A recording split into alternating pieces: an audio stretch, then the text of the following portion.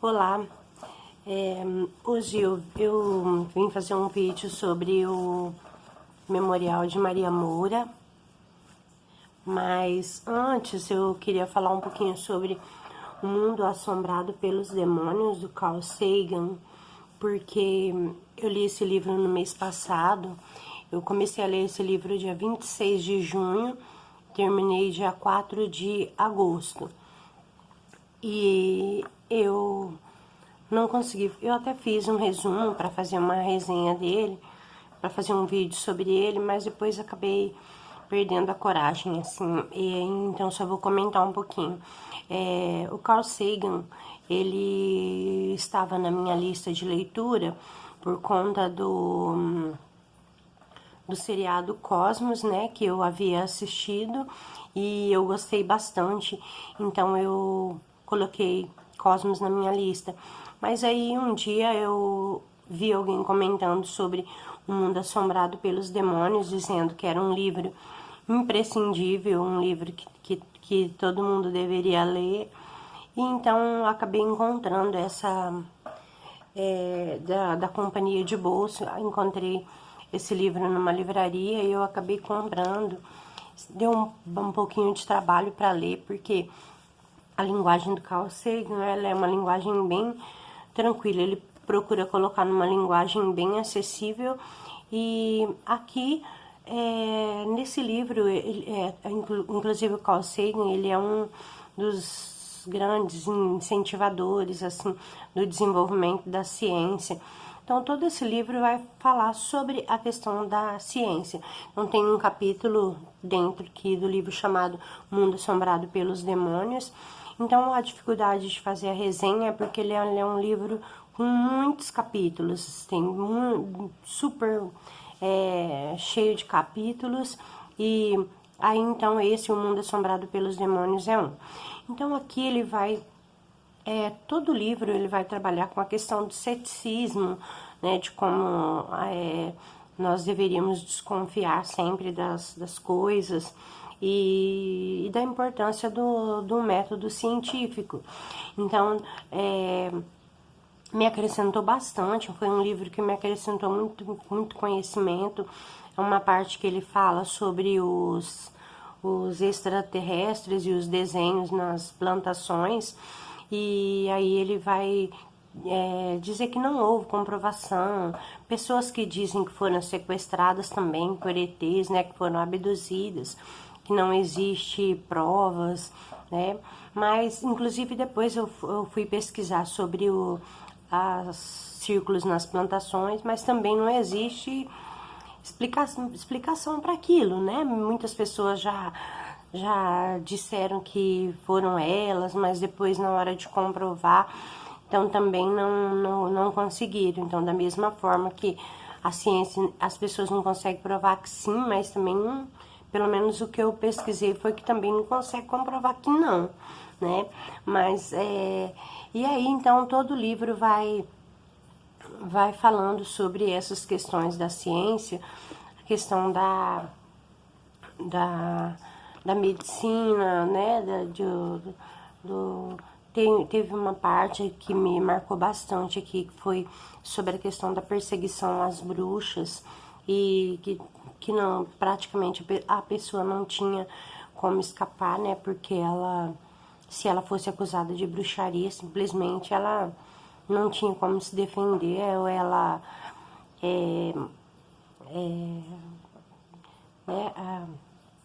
ela poderia dizer que sim, que ela era bruxa, confessar, né?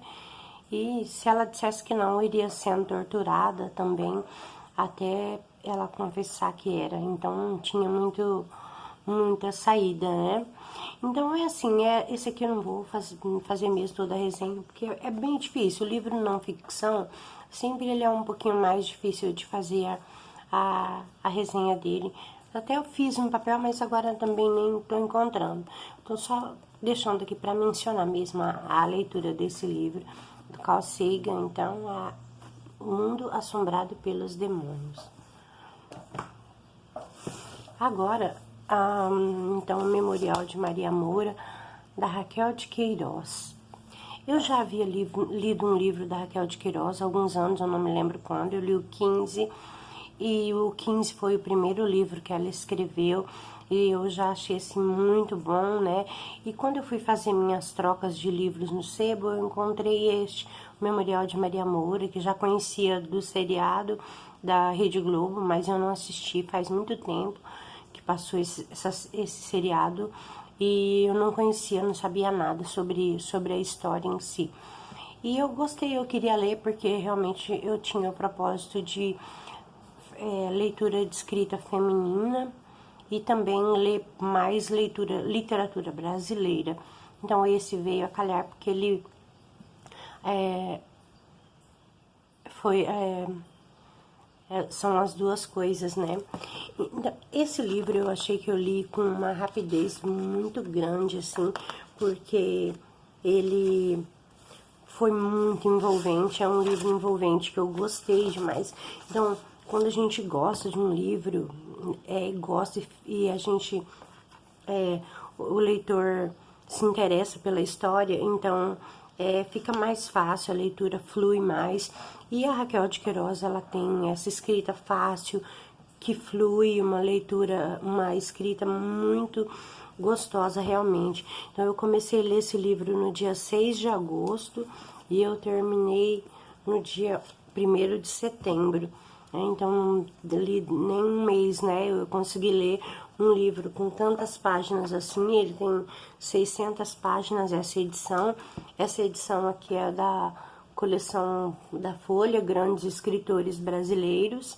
Então, é um calhamaço mesmo, mas dentro as letras são um tamanho gostoso, a leitura realmente ela rende bastante, certo?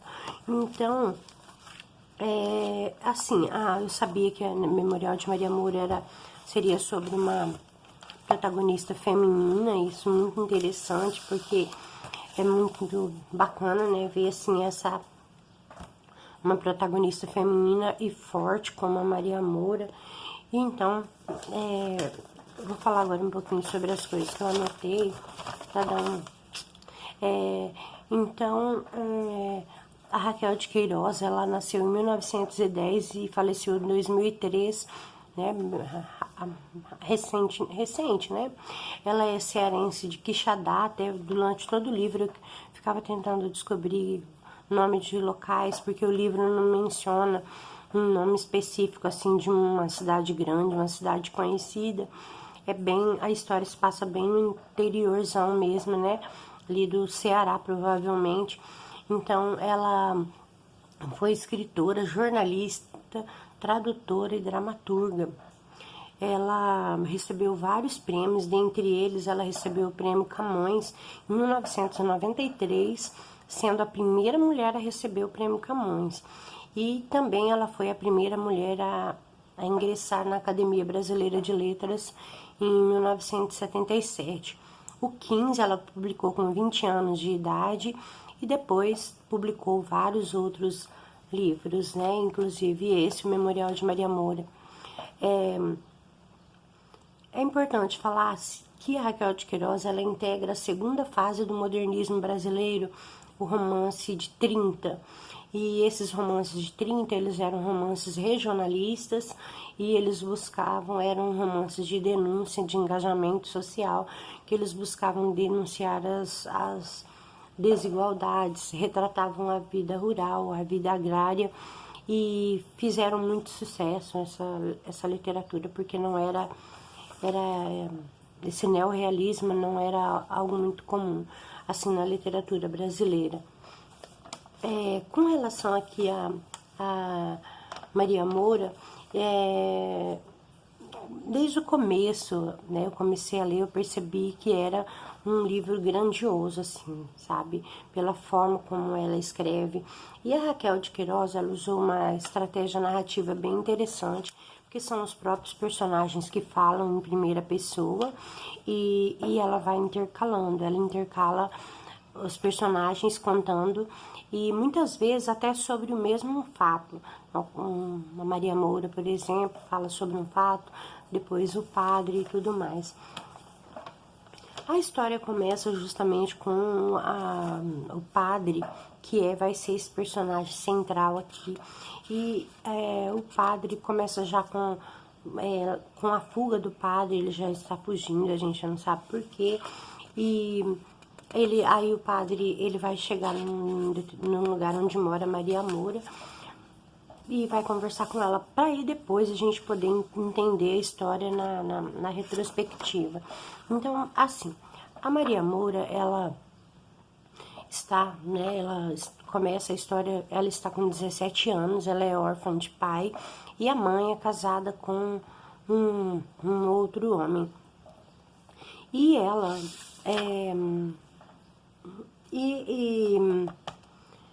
um dia a mãe aparece morta, enforcada, amanhece, se eu não me engano, morta, enforcada.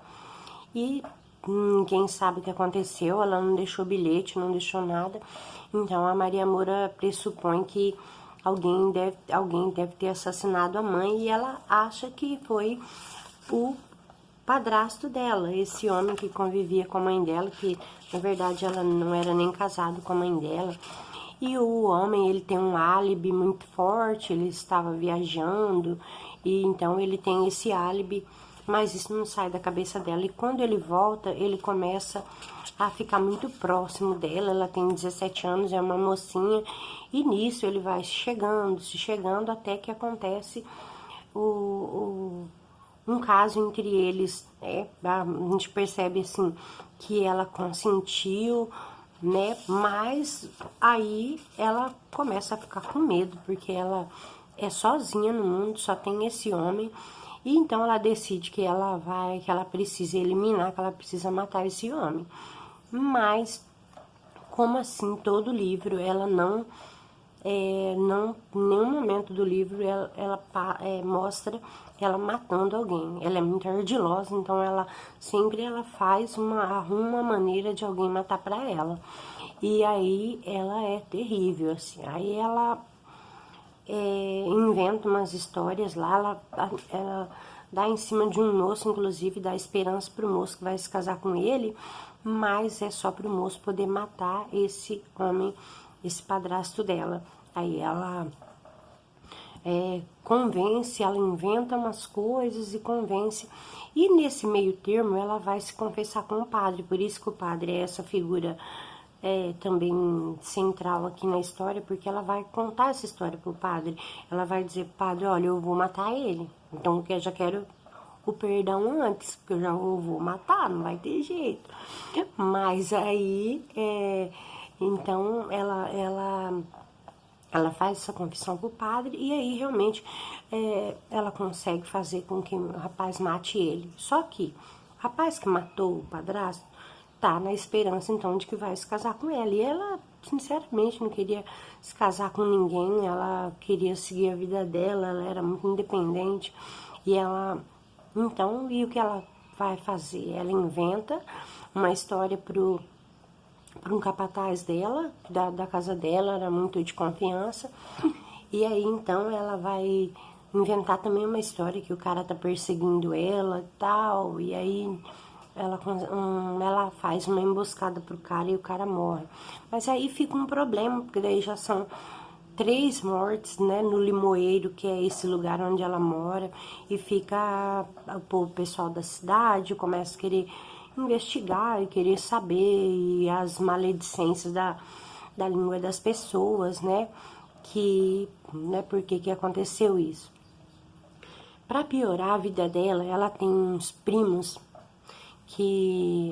chamados das Marias Pretas, e esses primos já estavam de olho nas terras, todo um problema querendo essas terras. Aí bastou, né, a mãe morrer, os primos já vieram, e os primos já estavam com intenção de roubá-la, né, forçá-la a se casar com um deles, e ela já ficou muito pé da vida, e ela já se armou.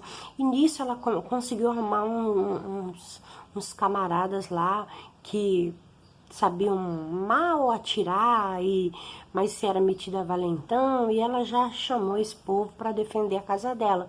Ela não estava disposta a entregar a casa assim de mão beijada, não. né, para esses primos.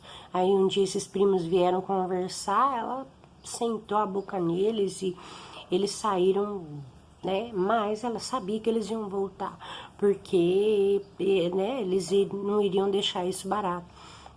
Então ela se arma toda dentro de casa e esses primos realmente voltam. Só que quando esses primos voltam, aí ela tá toda armada e como ela vê que não tem muita saída, ela decide colocar fogo na casa. Isso não vai ficar pra mim, não vai ficar pra ninguém. Ela, bicheira, é foda. Aí ela arrumou uma maneira de fuga pelos fundos, né? E os primos dela eram bem burrões, assim mesmo. Aí ela arrumou uma rota de fuga pelos fundos, meteu fogo na casa, pegou só o que era importante. Mas aí ela já tinha outra coisa em mente. Então o pai dela sempre falava de umas terras que ela tinha na Serra dos Padres, que era uma terra deles, e que então, né, era direito dela. Então ela disse, eu vou pra lá e tal. E assim ela conseguiu fugir e para chegar lá nesse lugar. Então, nesse meio tempo tem histórias paralelas também, porque tem a história da Maria Alva. A Maria Alva era uma prima dela, que era irmã desses primos que ela tinha, e essa Maria Alva, ela não podia sair de casa, ela era controlada por uma cunhada, e um belo dia ela conhece um rapaz chamado Valentim, que é um rapaz que faz artes circenses, né, que vai passando, e eles se apaixonam, e então ele volta e acaba roubando ela e levando ela embora. Isso é importante porque eles vão andando e vão acontecendo muitas coisas com eles, depois eles vão ter um filho e vão acontecendo uma série de coisas que depois as histórias vão se juntar, sabe? Então, e depois vai se juntar a história do padre também. Então aí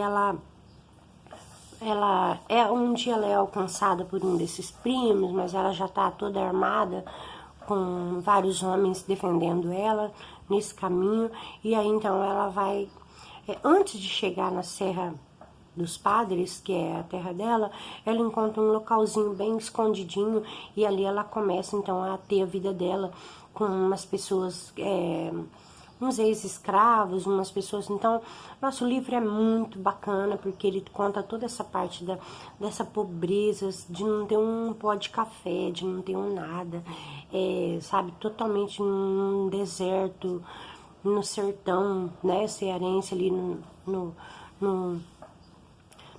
lugar de seca, que não tem nada, eles não têm um leite, não tem nada. Então é muito tocante, assim, essa parte do livro. Mas aí, então, ela se assenta nesse lugar, até que ela, né, sempre na cabeça de chegar lá nesse lugar que era dela mesmo. E aí, então, ela passa um tempo nesse lugar e ela começa a perceber que uma maneira dela conseguir dinheiro é ela roubando, né? Ela não em si, mas ela comandando. Então eles acabam se tornando aqueles bando do sertão que vão roubar as pessoas que vão passando. Ela tem muita ética, assim, na questão do que roubar, de quem roubar, o que deixa, não rouba tudo. Rouba mais de gente rica, né? Aquela questão do Robin Hood. Ela vai roubar mais de pessoas mais ricas e tudo mais. E ela vai vivendo ali. Então, depois, então, ela vai atrás desse lugar onde ela mora, onde essa terra é dela, e ela consegue. Uma coisa do livro é que, sim, ela não teve dificuldades, né? Eu pensei, assim, que no livro ela fosse passar por mais situações de dificuldade, e ela não passa. As situações vão se resolvendo de uma maneira muito fácil, assim, até, né? Embora, apesar das mortes, dessas questões que ocorrem, né? Mas ela vai passando até de uma maneira muito fácil. Então, aí ela chega nessa Serra dos Padres e é lá que ela vai, então, montar esse forte. Ela consegue construir um lugar enorme, né? Uma fazenda enorme, e ela agrega pessoas, ela ajuda pessoas. E uma das coisas desse lugar que fica famoso porque eles são ladrões, né? Eles são um bando que ela comandado por ela e que então ela vai roubar e tal, e ela vai crescendo, ela vai ficando rica, ela vai escondendo ouro, enterrando, e ela vai ficando rica e famosa, e toda a região ali conhece ela. E uma das famas dessa casa dela é de abrigar forasteiros assim que estejam perseguidos, né, que estão jurados de morte e tal. Então nisso é onde chega o padre. E o padre chega para conversar com ela. O padre, e aí eu esqueci de contar a parte principal. O padre tá foragido porque ele se envolveu com uma mulher e a mulher era casada, mas o marido não estava, e essa mulher engravidou. E bem nisso o marido volta, descobre a traição, descobre a mulher grávida e ele mata a mulher, mata o bebê. Então é uma cena bem trágica assim. E nisso ele, para se defender, ele mata o marido da mulher. Então ele perde toda a batina dele. Os conflitos dele no livro são muito profundos, assim, porque mostra ele era realmente um padre bom, ele era, então foi uma tentação que ele teve e aí ele perdeu esse direito a ser padre e ele acabou matando então o marido da mulher e vai vagar pelo mundo, muito interessante os lugares que ele vai passando, trabalhando como professor, mas até cada lugar ele é descoberto, alguém chega e descobre e ele tem que fugir novamente, então ele tá muito cansado dessa vida de fuga, quando ele escuta esse nome, né, Maria Moura, e ele descobre que ela então abriga pessoas. E aí vai ter vai juntar as três histórias, né? Então o padre vai chegar, vai pedir abrigo para ela recolhe o padre e ele passa a viver lá com outro nome, não como padre, como monge, e ele passa a viver lá, como beato, aliás. E a Marinalva, depois eles acabam encontrando também, porque ela encontra um outro primo dela, ela acaba encontrando e depois ela traz então também a Marinalva, o marido, filho, traz para morar também na fazenda e aí entra uma parte principal, né, da história, que é quando um homem da região, um fazendeiro da região, pede para ela dar abrigo para o filho dele, que o filho dele está sendo perseguido, e assim ela faz. Só que ela está com um caso, né, assim, com esse primo, meio primo dela, que é o Duarte, que ele é filho de escravo com branco, e ela acaba tá tendo um caso com ele. Mas nisso vem esse filho do fazendeiro, que é o Cirino, é um rapaz novo, bonito, e né, nesse convívio o rapaz acaba conquistando ela e eles acabam tendo uma relação amorosa, até ela não sabe, ela fica em dúvida, ela não sabe porque, na verdade, ela não tinha sentimento nenhum pelo Duarte, era só mesmo a parte física mesmo, né? E aí com o Cirino não, ela se envolve, então e todo o conflito que ela passa, porque pela primeira vez ela se envolve emocionalmente e ela sabe que ele não presta e mesmo assim ela acaba se envolvendo com ele.